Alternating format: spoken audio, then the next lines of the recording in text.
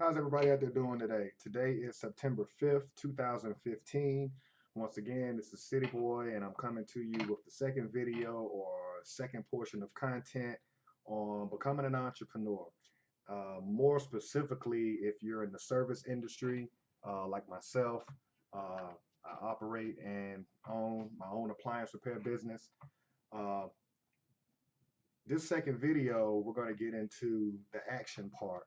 The first video, I talked about the why, which is synonymous with pain.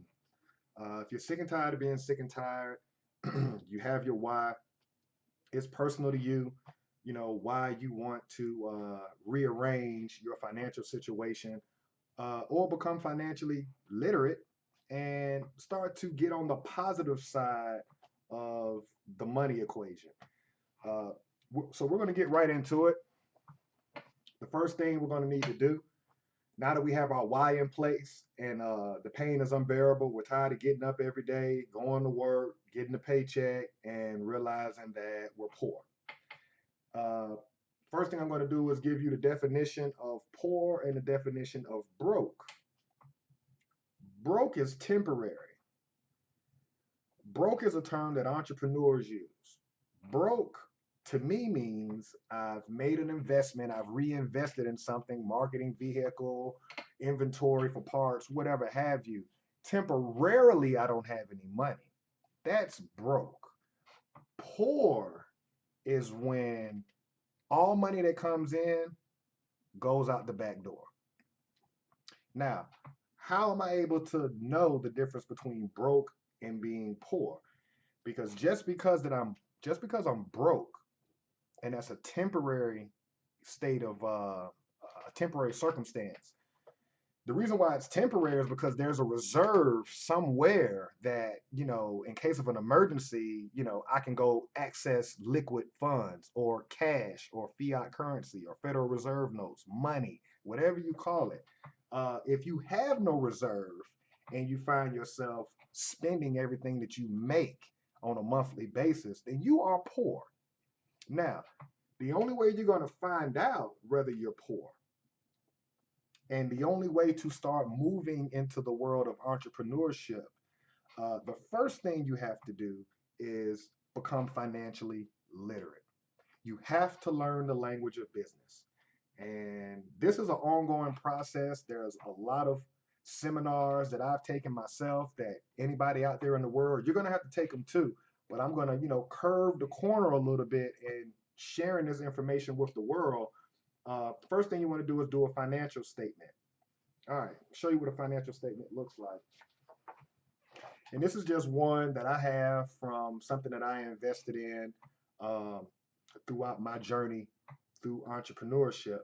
And this is what a financial statement basically looks like. Okay. You're going to have an income, you're going to have expense, you're going to have assets, and you're going to have liabilities. All right. What is under the asset column? Savings, stocks, mutual funds, CDs, shares of a company, real estate, business. What's under my liabilities? Home mortgage, school loans, car loans, credit cards, retail debt, mortgage, liabilities from business, bank loans. All right. This is the first step that you have to take action in if you're sick and tired of being sick and tired. And you can go on any search engine on the internet and, print up a free copy of a financial statement. Now, when you print out the financial statement, you're going to fill it out. You're going to put in the income column what you bring home per month, not including your overtime or any kind of bonuses, anything like that. You want your flat bring home rate. You're going to list your expenses, your rent, your lights, etc. You're going to put down how much money you actually have to your name. And this is a rich way of looking at a financial statement. Now, you're going to get different suggestions from depending on who you ask about a financial statement, you'll get different trains of thought. One of the things that I did when I came up with my why and I decided that I wanted to become an entrepreneur, I only took advice from people that had more money than me. And so that's why this comes into the second part. But I'm just saying that because if you go to a bank and you ask a banker about a financial statement, they're going to look at what really are liabilities. Uh, they will consider it an asset depending on whether or not it makes that bank money or not. That's not who you want to get your information from because they're just like you. They're working a job just like you are, even though you may put them in a different realm because you're walking into a banking institution. The reality is they get a check just like you get a check. So if you want to get financial information, you want to start to get that information from people who are where you're trying to go, which are working for themselves or operating a business, whatever have you. Common sense stuff. We got to get back to fundamentals, just common sense, intuitively know how to handle things or handle situations. Okay, so we get the financial statement. One of the things that I learned when I did my first financial statement was number one, I was financially illiterate. Number two, I had a negative net worth, meaning I owed more than I had in cash. So from a financial standpoint, I'm a clown. Just put a big red nose, big red wig, and big red shoes, and go buy me a Volkswagen that's yellow with red polka dots on it, and I might as well ride around the city basically saying, hey, everybody, I'm a clown when it comes to money. That's what it did for me. It may do something different for you, but if you're being honest with yourself, the financial statement is going to tell you exactly where you are. Now, one of the other things I did on my 30th birthday, I was actually 30 years old when I got introduced to a financial statement. So I went through my whole 20s and I only got introduced to a financial statement once in my 20s, and that was through a bankruptcy. And even at that time, didn't really grasp what it was. Now that's just my story. But on my 30th birthday, a friend, an in-law within the family, asked me, "Do you know what a financial statement is?" And I didn't waste any time. I said, "No, I don't."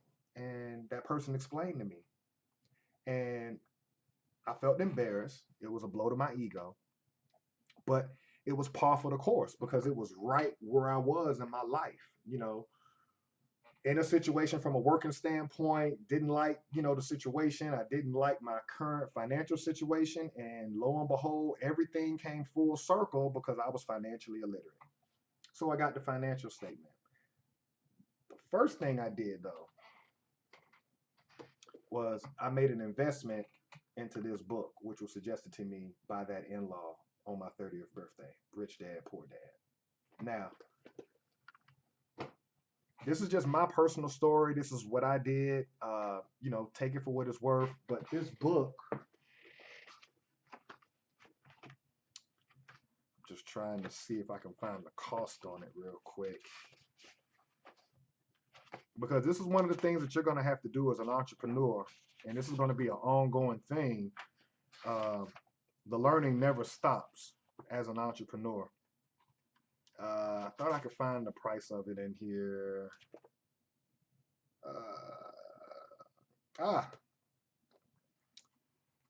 This book cost me, I don't know if y'all can see that, $16.95. But I've had this book for about 8 years now. So give or take less than $30, you want to go ahead and make that investment in that book. And again, I'm not trying to advertise for Rich Dad or Robert Kiyosaki. I'm just sharing my experience with things that got the fire burning within myself to make a change. Okay,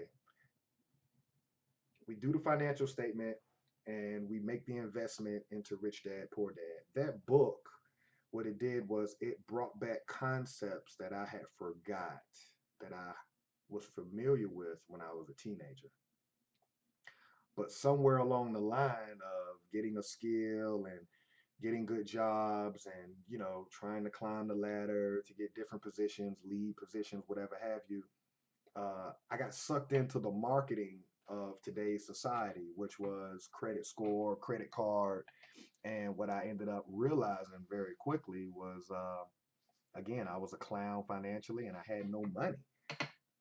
I was chasing a fictitious number called a credit score that is not an indication of whether or not you have money. It's just an indication of that you're good at borrowing somebody else's money who has money and paying it back. It does not mean that you have money. Okay.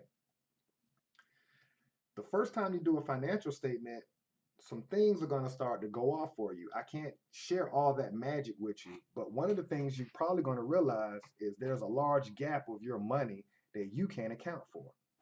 And if that's the case, then this brings me to the next part of evolving into an entrepreneur. See, before we can even come up with the idea of what we want to do, we have to get the foundation down.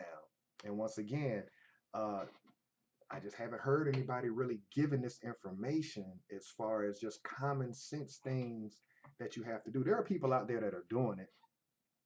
However,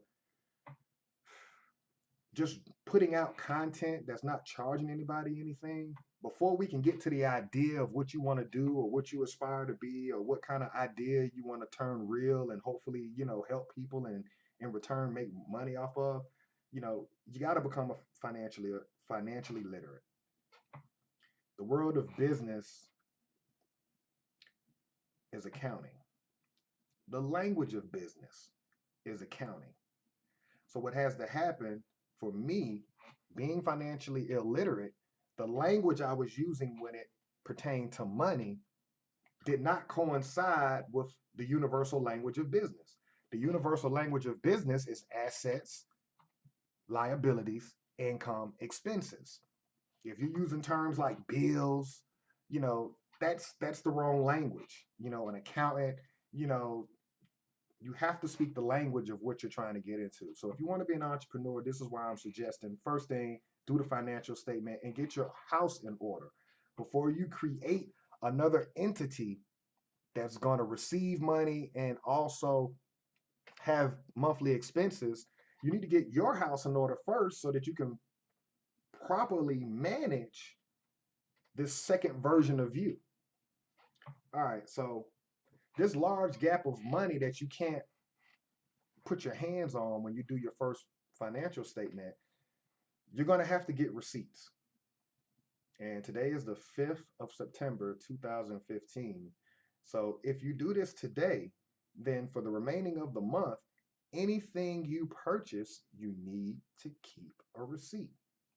Because what happens is if you're using a checking account and you're writing your check for rent, light, water, whatever have you, and you're also using that checking account for Home Depot, Walmart, and tires or whatever else have you, you have a lot of activity going on in there, right? And then you're spending $20 here, $30 there. So there's going to be a gap at the end of the month. What's going to end up happening is the checking account should become clean, and this will come in time. But first thing we got to do is we got to find out how much are we spending. Once we find out how much we're spending, we're going to know how much we're making because you get paid every week or every 2 weeks via direct deposit, from your job. So you know what you're making. And you don't want the overtime included. You want to just get, if I did no overtime, what is my bring home on a monthly basis? And it's going to take you a month to get a real accurate financial statement. This first one that you do, you're going to have potholes from a money standpoint. You're not going to be able to pinpoint where all the money went. But it's going to give you an indication because you're going to be able to see in your asset column how much liquid cash do I really have. Not 401k money. We're not counting stocks and bonds. We're looking at raw liquid cash, fiat, Federal Reserve notes, promissory notes, money, whatever you call it. How much do you have in your safe, in a savings account? How much do you have to your name that you could put your hand on and not be penalized for? It's actually your money. Then you got to look at how much you're liable for. Do you owe $10,000 on a credit card, another $15,000 on a car loan, another $50,000 on your mortgage, school loan? Look at everything you're liable for. You're going to take what you're liable for. Let's just say you're liable for $100,000 and you have $50 in savings. Okay. Well, that means you're $99,995 negative. You have a negative net worth. If you owe more than you actually have in cash, you have a negative net worth. So that's one of the realizations you're going to come to with doing this financial statement. You're going to realize that no matter how smart you think you are, when it comes to money, you're illiterate. All right. Once we get that taken care of, it should make you mad. It should irritate you that you're getting up and you're going to work every day and you literally have nothing to show for it.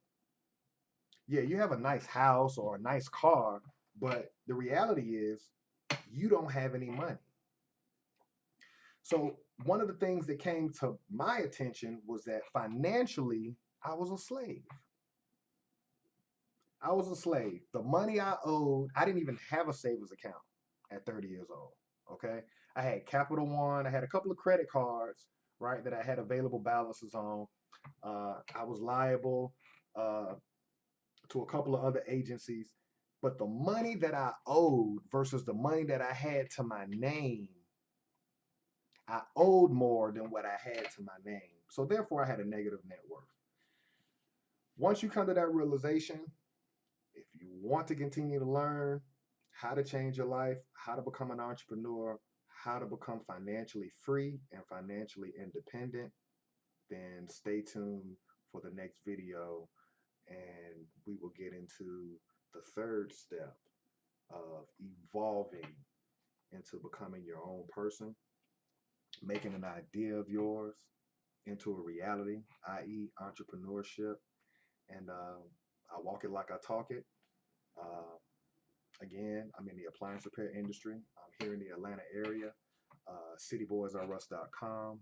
Feel free to go by the website, check it out. You can also go to Google and do a search here in the Atlanta area and see that the business is the most reviewed business on Google's platform here in the Atlanta area from an appliance repair standpoint. So if I can do it, anybody in the world can do it. Again, we've got the why in place. Now it's time to do a financial statement.